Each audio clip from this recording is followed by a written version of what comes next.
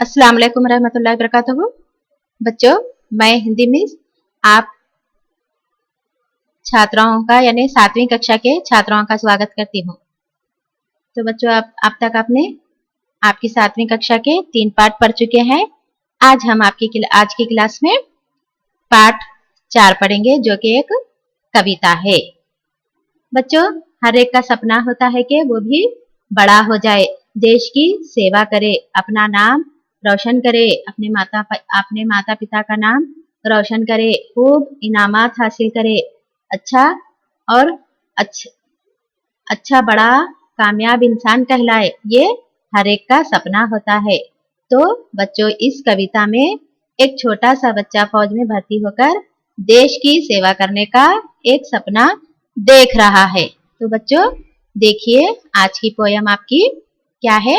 मैं भी नाम कमाता, जिसके कवि हैं, देखिए आप यहाँ पर, मैं भी नाम कमाता के कवि हैं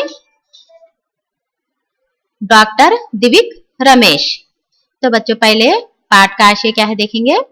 फौज में भर्ती होकर देश की सेवा करने तथा राष्ट्रपति से पुरस्कार पाने के बच्चों के सपनों को कवि ने शब्द रूप दिया है। यानी एक छोटा सा बच्चा है और वो बच्चा सपना देख रहा है कि फौज में भर्ती होकर देश की सेवा करना और राष्ट्रपति से पुरस्कार पाने का सपना देख रहा है। ये सपने को कवि क्या करे हैं, शब्द रूप देकर आपके सामने कविता के नाम से पेश किए हैं। ये कविता सचमुच बच्चों के लिए प्रेरणादायक है। ये कविता क्या है, आपके लिए बहुत ही प्रेरणादायक है, बहुत ही अच्छी पोयम है। देखिए बच्चों, तो पहले आप इस कविता को सुन लीजिए।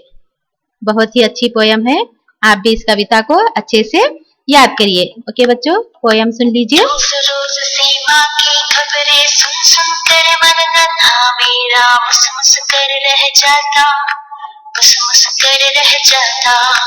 अगर न होता छोटा बच्चा तो लेकर बंदूक हाथ में मैं भी नाम कमाता, मैं भी नाम कमाता। चटपट होकर बड़ा फौज में एक यही बस मन में आता, मैं भर्ती हो जाता, मैं भर्ती हो जाता। माँ कितनी खुश होती जब मैं एक बड़ा सा पुरस्कार भी राष्ट्रपति से पाता, राष्ट्रपति से पाता। रोज रोज सीमा की खबरें सुन सुन कर मन नन्हा मेरा मुस कर रह जाता, मुस कर रह जाता। मैं भी नाम कमाता, मैं भी नाम कमाता। तो बच्चों, आपने पोयम ऑडियो के जरिए सुन लिए। चलिए बच्चों, अब मैं इस पोयम का सारांश यानी भावार्थ समझाती हूँ। तो बच्चों, आप अपने रीडर में देखिए, फर्स्ट स्टैंजा।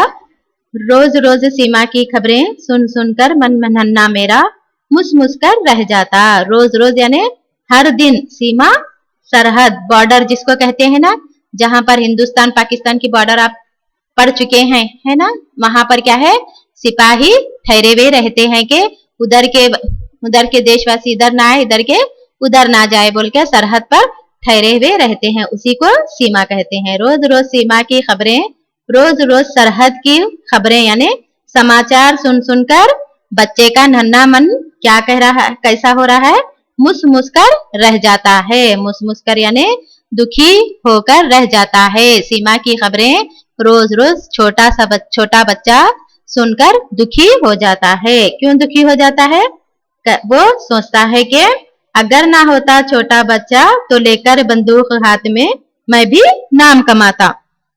बच्चे की ख्वाहिश क्या है, फौज में भर्ती होना, देश की सेवा करना। तो बच्चा क्या है, रोज रोज खबरें सुनता है सरहद की, बॉर्डर की, कि आज क्या हुआ, कैसा हुआ, क्या हुआ बोल के वो खबरें सुनता है और दुखी होकर रह जाता है और सोचता है कि अगर ना होता छोटा बच्चा, अगर मैं छोटा बच्चा नहीं होता तो मैं भी बंदूक हाथ में लेकर मैं भी नाम कमाता। इस तरह क्या है, बच्चा सोचते रह जाता है।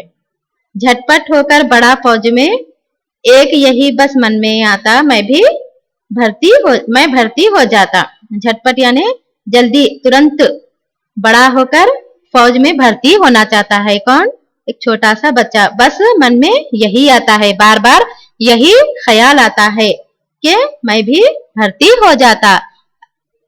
भी बच्चा छोटा है तो बच्चा क्या सोच रहा है? मैं भी झटपट बड़ा होता और मैं भी क्या में सीमा में भर्ती हो जाता।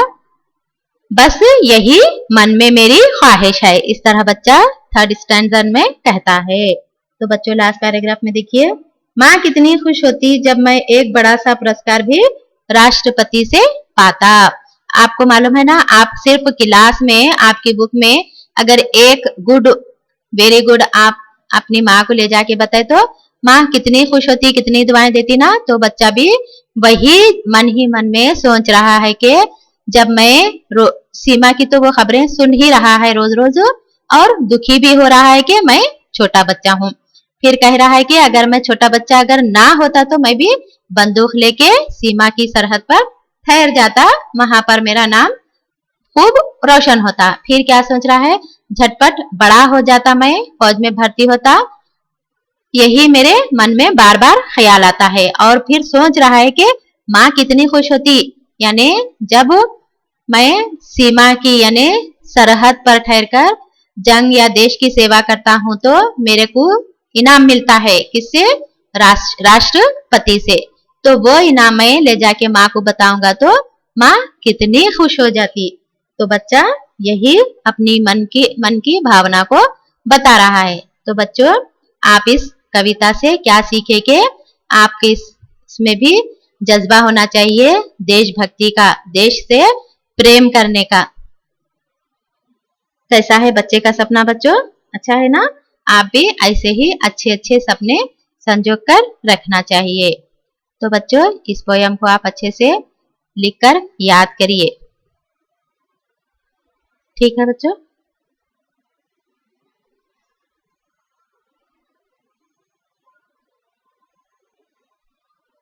तो बच्चों आपने इस कविता के जरिए क्या सीखा? कि ये सीखा कि आप देश प्रेम के जज्बे को उभारना चाहिए, देश की सेवा करना चाहिए। तो चलिए बच्चों आज अब हम कवि परिचय देखेंगे। कौन है कवि इसके? मैं भी नाम कमाता पोयम के कवि कौन है? डॉक्टर दिविक रमेश। तो उनका परिचय जानेंगे। डॉक्टर दिविक रमेश जी हिंदी के प्रसिद्ध कवि तथा बाल साहित्यकार हैं। डॉक्टर दिविक रमेश क्या है? हिंदी के मशहूर कवि हैं। आपकी प्रसिद्ध रचना खंड खंड अग्नि है। आपकी मशहूर पोयम कौन सी है? खंड खंड अग्नि।